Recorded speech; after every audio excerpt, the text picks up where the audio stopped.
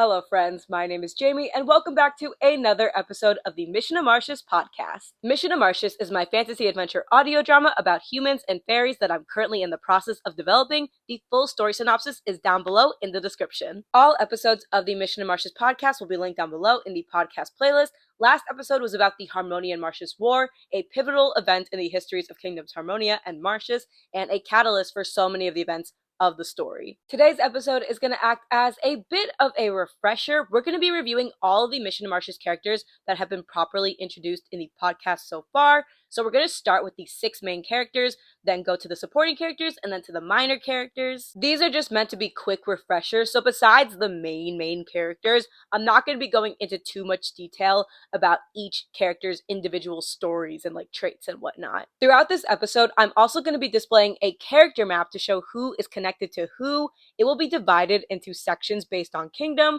so there will be a section for Harmonia, a section for Martius, and a section for the Enchanted Cove. Some characters will be grouped by family, while others are grouped by alliances. A cross next to a character's name means that they are dead at the start of the story. I will also be covering character relationships, so just know that while I might not cover every relationship between every character that has been introduced so far, and also characters that have not been properly introduced in the podcast yet, I did my best to highlight the most important ones, again, amongst who has already been introduced, for when the story picks up. Now, without further ado, let's get into it. In case you're wondering why I sound like this, I lost my voice, and I only just got it back very recently, and it's still not fully back yet, so that's why I sound the way that I sound. But anyway, without further ado, let's get into it. Starting with Delilah de Clare. Delilah de Clare is a soldier in training from Harmonia and the main character of Mission to Martius. She is James and Bianca's daughter and Ella's older sister. She is best friends with Lily and close friends with Mira. She also considers Marc as her nemesis, though this is very one-sided on her end. So Delilah is eager to follow in her father's footsteps and honor his legacy as the former commander of the Harmonian military. Fiercely loyal, there's no telling how far Delilah will go to protect the people she loves. Unfortunately, she has a lot to work on if she wants to fill her father's shoes, and none of those reasons have to do with her combat skills.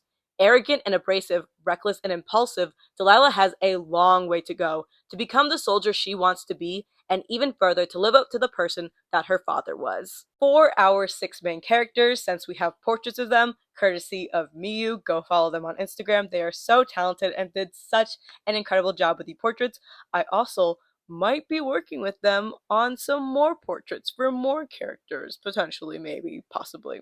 But anyway, I wanted to talk more about the character designs of our 6 main characters since we do have the portraits. So Delilah and Ella both have long hair, as you will see.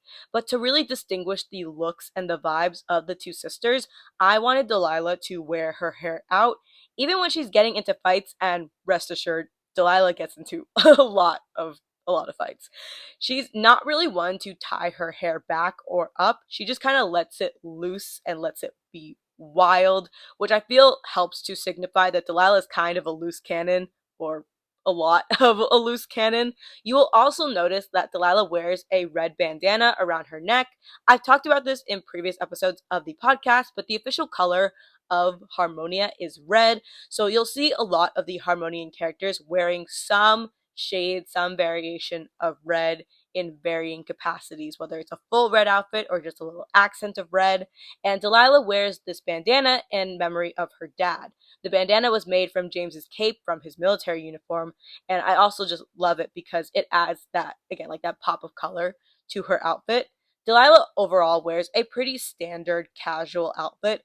White blouse, you can't see it in this portrait, but she also wears these tan slash khaki colored pants and dark brown lace-up boots. I wanted to give her a very practical outfit because she is a soldier in training, and she also is pretty tomboyish, so it felt like the outfit really suited her to me.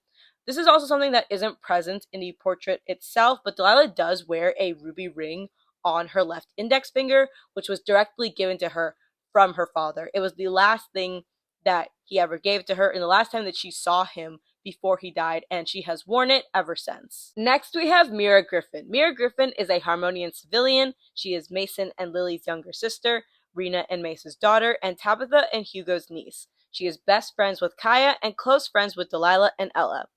Mira is known for her huge heart. She is friendly and sociable, though most people don't realize that her cheerfulness masks underlying insecurities about her future. She helps her Aunt Tabitha at the tailor shop and she enjoys the work, but she doesn't see herself doing it for the rest of her life. Unlike the rest of her family, Mira doesn't have a craft that she's super passionate about, which makes her feel like the odd one out. Though Mira is determined to prove herself and find what makes her special, and nothing's going to stop her. When I first started working on Mira's design, I knew that she was a bun girl. It took a while to land on the exact style of braided bun I wanted to go with for her, but I always knew that I wanted her to wear her hair in a bun. At least for this first installment of Mission to Martius, I do plan to change up her hair throughout the story, but I also think that she will always have some kind of bun for her hair. It keeps her hair up out of her face, which, as she becomes a part of the action over the course of the story, will definitely come in handy. And I also just think that the bun looks great. Miyu did a really great job with it. Miyu also did a really great job of capturing Mira's warm smile because Mira is a very friendly and welcoming person, and I love that her smile reflects that. Also, I love her little dimple. It is just so cute. You can't see Mira's full dress in the portrait, but from the parts that you can see, she's wearing this very cute pinkish dress, which I love because I did think about putting Mira in red, but the thing about Mira is that she loves clothing. She gets her love of fashion from her aunt, so I wanted to set Mira apart in her everyday outfit, so the pink just felt right. It's close enough to red, but still unique in comparison to everybody else's outfits. And you also can't see these in the portrait, but Mira also wears these gray lace-up boots. You know, she likes to be fashionable, and I do think that the boots really complete her look, but she's also on the go. She's got places to go, things to see, and so she needed shoes that reflect that. Next, we have Lily Griffin. Aurora Lilith Griffin, better known as Lily, is a flora fairy, a nurse at the Harmonian Hospital, and Madame Rosemary's apprentice. She is Prim and Noah's daughter, Tabitha's adoptive daughter, adopted after she was orphaned during the Harmonian-Martius War, and Mason and Mira's adoptive sister. She is best friends with Delilah and Ella and close friends with Cinder. Also, I would just like to note that technically Mason and Mira are her cousins, but they refer to her as their sister. So when I say that she's their sister, just even if she's technically their cousin because Tabitha's their aunt, that's why. Just in case you're confused. But so Lily is resourceful and dependable. She's incredibly patient and understanding, the kind of person who will never turn her back on the people who need her. A dutiful nurse and diligent apprentice, Lily has dedicated her life to one day succeed Madame Rosemary on the Enchanted Cove Fairy Council. Lily takes after her mentor in more ways than one. Her disposition and her magical prowess reflect the effectiveness of Rose's teachings, but Lily is still young and inexperienced and has yet to be tested during a real crisis. Until now. As a nurse and as Rose's apprentice, Lily is constantly working, so I knew that I wanted her hair to be tied up. I love the way that her braid is pulled over her shoulder in this portrait, and how she has those few loose strands that perfectly frame her face. As I've discussed in previous episodes of the podcast, flora fairies have pale green wings, and so of course, as a flora fairy, Lily also has her gorgeous pale green wings that just look so magical. Now, like Delilah, Lily also has a pop of red in her look, and like Delilah, Lily's pop of red is also for a sentimental reason. Begonias were Lily's mother's, her biological mother's, favorite flower, so Lily has one pinned to her blouse in memory of her mother. You can't see the rest of Lily's outfit in this portrait, but she's also got a pretty practical, everyday look. She's a nurse, so I, again, didn't want to give her a particularly flashy outfit. Lily wears a white blouse and tan pants like Delilah, paired with brown lace-up boots, or technically one lace-up boot because her other leg is wooden. In case you don't know, Lily's right leg is amputated below the knee and she has this wooden leg. She also tends to move around with a wooden mobility aid, which my friend Alex did some beautiful fan art of. Next, we have Ella de Clare. Ella de Clare is a Harmonian civilian. She is James and Bianca's youngest daughter and Delilah's younger sister. Her best friend is Marc, but she is also close friends with Lily and Mira. Ella has an eidetic memory, encyclopedic knowledge of the world and human fairy history, and a strong interest in cartography. It's not difficult to see that the DeClaire sisters are complete opposites. Where Delilah is loudmouthed, impulsive, and reckless, Ella is quiet, reserved, and thoughtful. Ella enjoys the company of books more than people, but that's not for a lack of trying to make friends.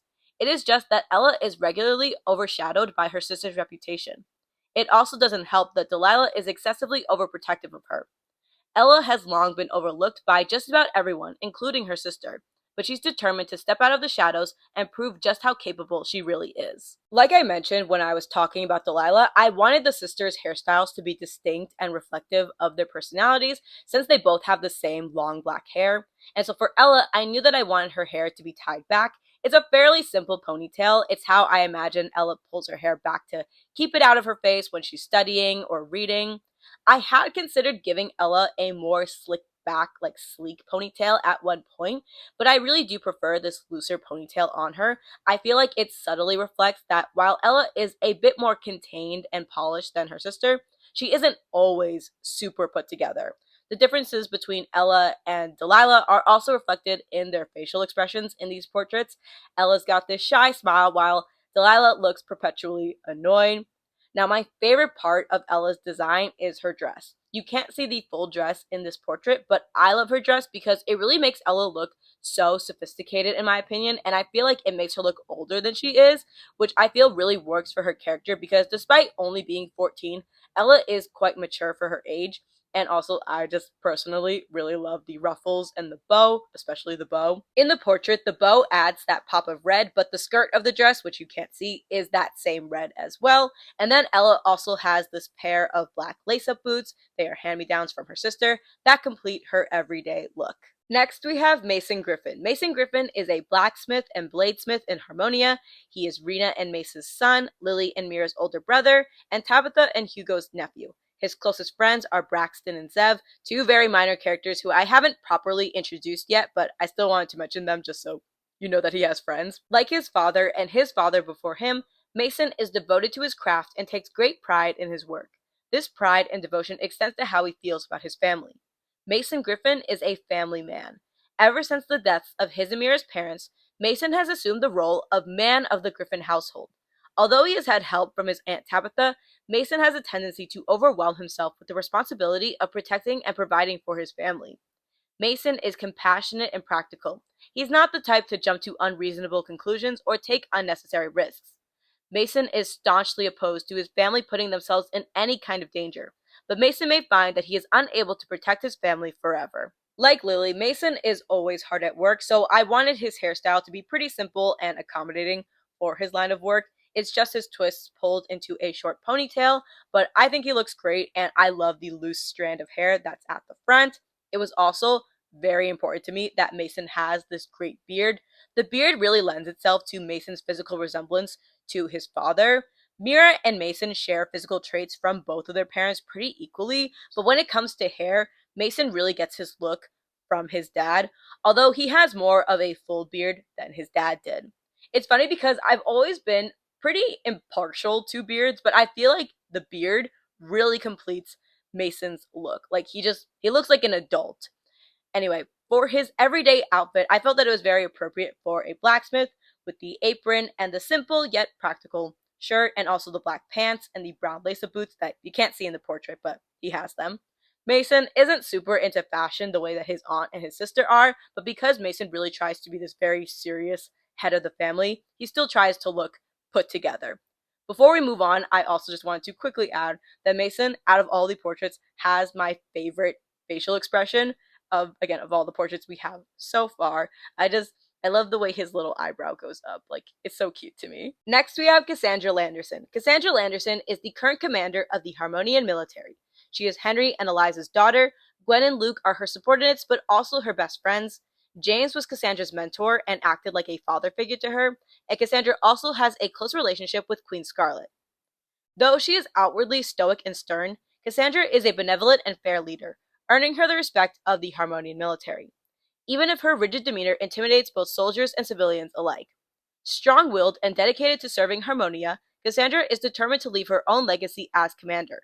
Currently, Cassandra's biggest challenge comes in the form of Delilah de Clare, the unruly daughter of Cassandra's late mentor. Cassandra and Delilah's already complicated relationship is further complicated when Martius starts making moves against Harmonia, each having very different ideas about how to handle this threat. So Cassandra gets her red hair from her mother, which is cut just below her chin. Cassandra has had short hair for most of her life, but it was only when she entered the military that she cut it as short as you see it now in the portrait. I am extraordinarily biased because I am a redhead myself, but I just love Cassandra's hair color and how vibrant it is.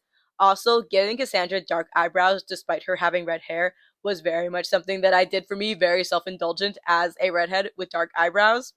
Cassandra also has these piercing green eyes that she also gets from her mother. It's kind of funny that she really does not look like her dad at all. The only thing that Cassandra gets from her dad is her height.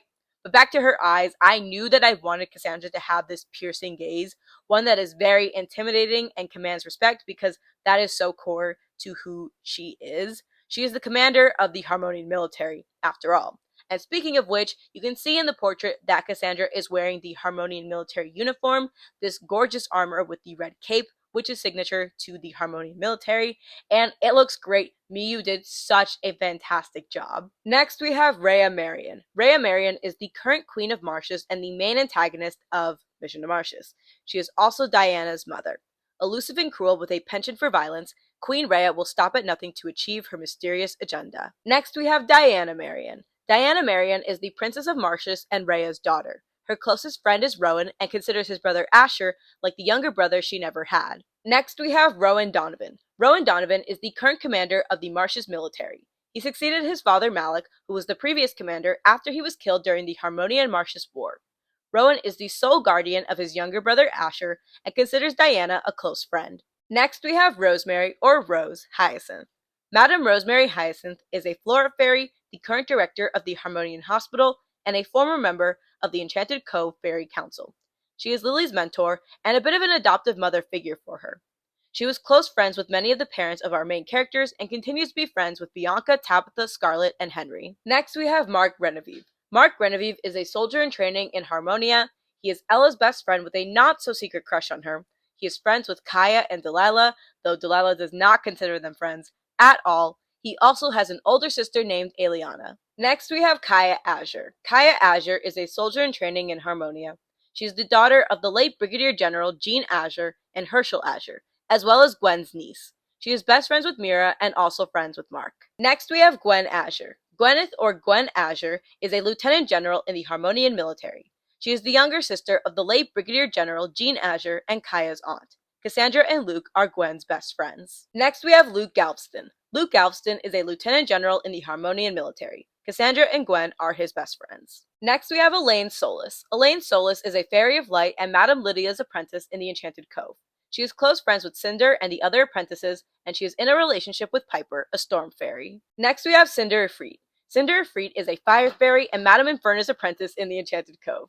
She is close friends with Lily and Elaine, as well as the other apprentices. Next, we have Tyra Gethin. Madame Tyra Gethin is a fairy of darkness and represents the fairies of darkness on the Enchanted Cove Council. She is close friends with her fellow counselors, closest with Lydia, who she is in a relationship with.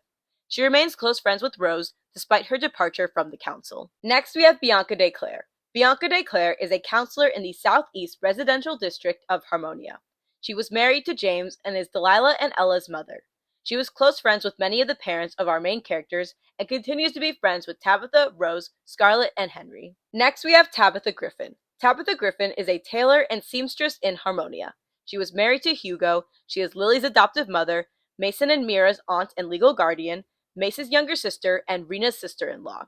She was close friends with many of the parents of our main characters and continues to be friends with Bianca, Rose, Scarlet, and Henry. Next, we have Lydia Helios. Madame Lydia Helios is a fairy of light and represents the fairies of light on the Enchanted Cove Council. She is close with her fellow counselors, closest with Ebony and Tyra, the latter of whom she is in a relationship with. She remains close with Rose, despite her departure from the council. Next, we have James de Clare. James de Clare was the former commander of the Harmonian military. He was Bianca's husband and Delilah and Ella's father. Orphaned as a child, James was taken in by the Harmonian royal family and grew up with Prince Philip and Princess Scarlet.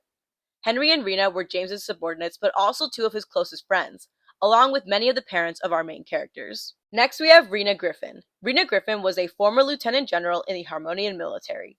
She was Mace's wife, Tabitha's sister-in-law, and Mason and Mira's mother. Rina was close friends with many of the parents of our main characters. Next, we have Ebony Diasporos. Madame Ebony Diasporos is a tree nymph and the tree nymph representative and leader of the Enchanted Cove Council. She is close friends with her fellow counselors, closest with Tyra, and she remains close with Rose despite her departure from the council. Next, we have Henry Landerson. Henry Landerson is a retired lieutenant general of the Harmonian military. He was married to Eliza and is Cassandra's father. Henry was close friends with many of the parents of our main characters and remains friends with Scarlet, Bianca, Tabitha, and Rose. Next, we have Scarlet Magnus. Scarlet Magnus is the current Queen of Harmonia, the second child of King Ferdinand II and Queen Luna, and the younger sister of the late Prince Philip. Scarlet was crowned queen 5 years after the death of her brother, becoming the youngest queen in Harmonia's history. Many of the parents of our main characters were some of Scarlet's dearest friends, especially James, who she grew up with. Next, we have Kyle Falcon. Kyle Falcon is a lieutenant general in the Martius military. The only person that Kyle seems to have genuine respect for is Queen Reya. He and Rowan have a very antagonistic relationship. Next, we have Sienna Phelan. Sienna Phelan is a lieutenant general in the Martius military. Similar to Kyle, one of the only people that Sienna has real respect for is Queen Reya, although she gets along with Rowan better than Kyle. On the other hand, she and Diana have a very antagonistic relationship. Next, we have Inferna Vulcan. Madame Inferna Vulcan is a fire fairy and the fire fairy representative on the Enchanted Cove Council, and the acting military commander during times of war. She is Cinder's mentor and is close friends with her fellow counselors, closest with Tara. Next, we have Mace Griffin. Mace Griffin was a blacksmith in Harmonia. He was married to Rina and is Mason and Mira's father, Tabitha's older brother, and Hugo's brother-in-law. He was close friends with many of the parents of our main characters.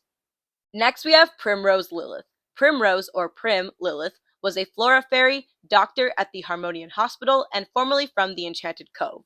She was married to Noah and is Lily's mother. She was close friends with many of the parents of our main characters. Next, we have Noah Lilith. Noah Lilith was a flora fairy, a doctor at the Harmonian Hospital, and formerly from the Enchanted Cove. He was married to Prim and is Lily's father. He was close friends with many of our main characters' parents. Next, we have David Magnus. David Magnus is the current king of Harmonia, formerly a prince from the Kingdom Presidium, the second son of King Eros and King Dacre. David married Queen Scarlet 4 years after the Harmonian-Martius War. And lastly, we have Hugo Griffin. Hugo Griffin was a shoemaker in Harmonia. He was Tabitha's husband, Mason and Mira's uncle, and Mace's brother-in-law.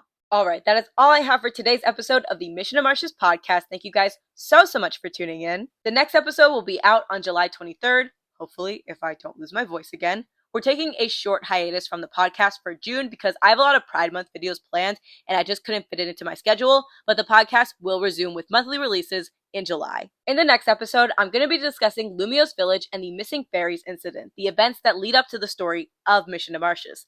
As always, if you guys have any questions about Mission to Martius, feel free to leave them down below in the comments. I will do my best to answer them. Once again, thank you guys so much for listening to the Mission to Martius podcast, and I hope to see you guys in the next episode.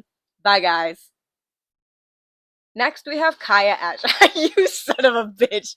Are you kidding? Oh my God.